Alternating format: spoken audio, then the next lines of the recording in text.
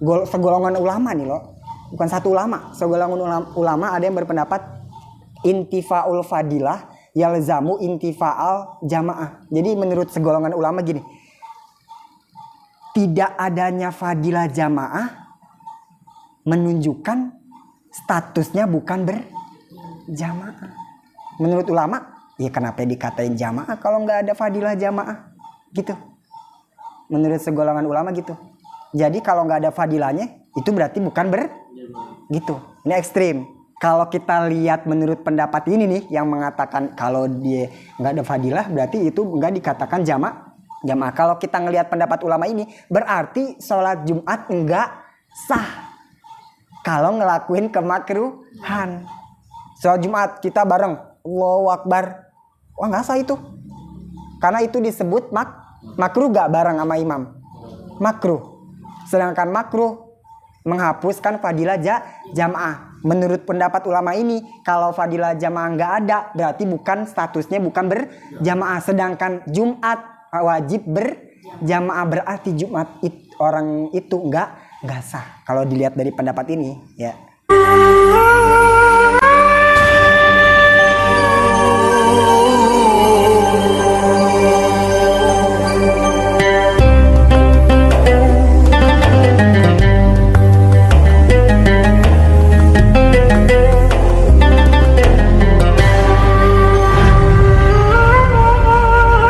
Ada ulama yang berpendapat gini, segolongan ulama nih loh, bukan satu ulama, segolongan ulama ada yang berpendapat intifaul fadilah yalzamu intifaal jamaah. Jadi menurut segolongan ulama gini, tidak adanya fadilah jamaah menunjukkan statusnya bukan berjamaah. Menurut ulama, ya kenapa dikatain jamaah kalau nggak ada fadilah jamaah gitu. Menurut segolongan ulama gitu. Jadi kalau nggak ada fadilahnya, itu berarti bukan gitu. Ini ekstrim. Berarti kalau kita lihat menurut pendapat ini nih, yang mengatakan kalau dia nggak ada fadilah, berarti itu nggak dikatakan jamaah. Kalau kita ngelihat pendapat ulama ini, berarti sholat Jumat nggak sah kalau ngelakuin kemakruhan. Sholat Jumat kita bareng, Allahu Akbar, wah nggak sah itu. Karena itu disebut makruh gak bareng sama imam, makruh. Sedangkan makruh menghapuskan fadilah jamaah. Menurut pendapat ulama ini, kalau fadilah jamaah nggak ada, berarti bukan statusnya bukan berjamaah. Sedangkan Jumat wajib berjamaah, berarti Jumat orang itu nggak sah. Kalau dilihat dari pendapat ini, ya ekstrim berarti nih pendapatnya. Wah, alhamdulillah kita coba lihat tuh. Kemarin di awal-awal berjamaah kemarin, longgar jauh makruh gak? Longgar jauh sama sebelah kita makruh, longgar jauh sama depan kita makruh. Taraweh yang di belakang beda berapa jaraknya tuh, berapa meter ya ta? Ada yang di belakang, tetap sah jamaahnya. Menurut kita tetap sah, tapi fadilahnya nggak ada. Nah, kalau ngelihat pendapat ulama yang ini nih, segolongan ulama yang mengatakan itu nggak berjamaah, nggak sah. Itu nggak sah. Sholat Jumatnya nggak sah. Pernah nggak sholat Jumat kosong di situ? Ya udah, ente berarti nggak sah. Kalau ngelihat di depan kosong, berarti di belakang nggak sah. Karena ada renggang antara sebagian makmum itu makruh, sedangkan makruh menghapus fadilah jamaah. Menurut pendapat ulama ini, kalau nggak ada fadilah jamaah, berarti statusnya bukan berarti sholat Jumat nggak ekstrim ya. Kita coba kalau mengikuti pendapat yang ini nih, sholat Jumat kita gimana itu? Ya, angus semua ya. Soalnya kita lihat di depan kita kopong ya, ada yang segini dua, banyak tuh. Pas lagi udah mulai sholat nih, ternyata ada yang kosong. Ya, Jumat. Belum lagi yang di luar. Yang di luar kan tangga tuh ya, belum sendal. Nah, aneh di luar juga sih. Tapi ini untungnya statusnya masih jamaah gak menurut kita. Nah, ini untungnya. Jangan bilang, oh berarti buat apa percuma nggak jamaah, nggak ada fadilahnya kopong. Jangan kira ada untungnya. Ya untungnya kita dikatakan masih sah sholat Jumat. Nggak usah ulang sholat zuhur, udah sah, nggak usah ulang lagi. Coba bayangin ekstrim gak kalau kita mengikuti pendapat ini. apalagi yang di luar. Bahkan malah pernah hujan ya, hujan tuh sholat di parkiran yang sono yang baru. Oh iya. Itu zamannya sah gak? Sah aja, cuman makruh. Sah aja. Sah itu ada untungnya, ada untungnya sholat Jumatnya jadi sah, bener. Tapi kalau mau minta pahala nggak ada, nol besar. Jangan minta pahala, nol besar, nggak ada. Status Anda udah jamaah doang. Kalau mau minta pahala nol besar, nggak ada. Renggang antara depan, renggang antara samping, makruh. Sedangkan makruh tufawitu fadilah jamaah. Tapi kita nggak ekstrim banget. Status kita masih dikatakan jamaah. Sholat Jumat berarti orang yang di luar. Terus di jeda sama sendal dulu. Sendal berapa meter tuh? Bener gak? Kan orang nggak mau. Kan ada gak orang gelar sejadah di atas sendal? Nggak mau kan? Itu jaraknya jauh gak? Kejeda sama berapa? Jauh kan? Lebih dari sesejadah. 3 siku, makruh. Tapi ada untungnya, ada sholat Jumatnya masih sah. Tapi kalau minta pahala, ya jangan, nol besar, nggak ada. Udah cukup mensahkan doang. Tapi itu kan bukan kesalahan kita, maksudnya ini depan kita berapa depan kita sok berapa misalnya, itu di depannya ada yang kosong, harusnya kan yang di situ yang mengisi kan. Terus? Ya jadi kita kena imbasnya maksudnya. Nah itu dia, itulah jamaah organisasi. Satu salah ya semua kena, makanya maju. Kalau ada yang di depan maju, kalau ada yang di depan kosong, kita biarin aja. Ya udah. Satu kesalahan orang imbas ke yang lain, makruh ke yang lain. Makanya kesadaran kita nih yang deket yang kosong, oh depan kosong lagi sholat maju, udah diajarin kan kemarin maju.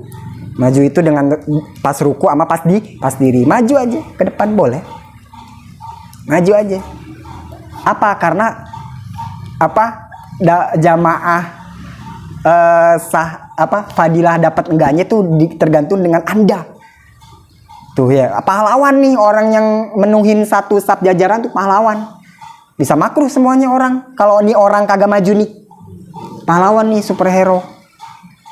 Pahlawan nih satu orang. Makanya kesadaran kita nih. Nah, satu orang nih nggak maju, ya udah kita salah. Semua dapat makruh. Gitu. Ya kalau mau nggak dapat makanya pahalanya gede. Berjamaahnya itu berjamaah makanya pahalanya gede karena resikonya gede. Kita nggak salah, dia yang salah kok kita juga makruh. Nah, ya kan resikonya gede gak? Gede karena organisasi itu satu salah ya udah semua tercemar, bener? Gitu. Makanya kita perhatiin juga, apalagi imam, perhatiin ininya, apalagi kita juga lah, itu isi gitu. Kita juga isi, jangan nyuruh doang, isi juga. Gitu. Makanya pahalanya gede karena risikonya juga gede. Walaupun kita jauh ngelihat kosong ya kita udah makruh juga kena imbasnya. Risikonya gede gitu karena pahalanya gede. Ya kalau mau ya sholat sendiri tapi nggak dapat 27 derajat. Nah, kalau mau saf depan kan nggak kosong. Depan nggak kosong tuh, nggak kosong.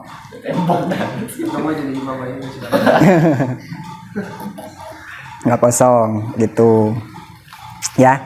Jadi ya walaupun di dalam berjamaah ada kemakruhan keharaman, bukan terus walaupun gak ada pahalanya ya tetaplah statusnya berjamaah, ada untungnya lah. Untungnya kita gugur dosa enggak jamaah itu gugur dengan status jamaah kita yang walaupun gak ada pahala. Tapi kalau minta pahala nol besar, nggak ada.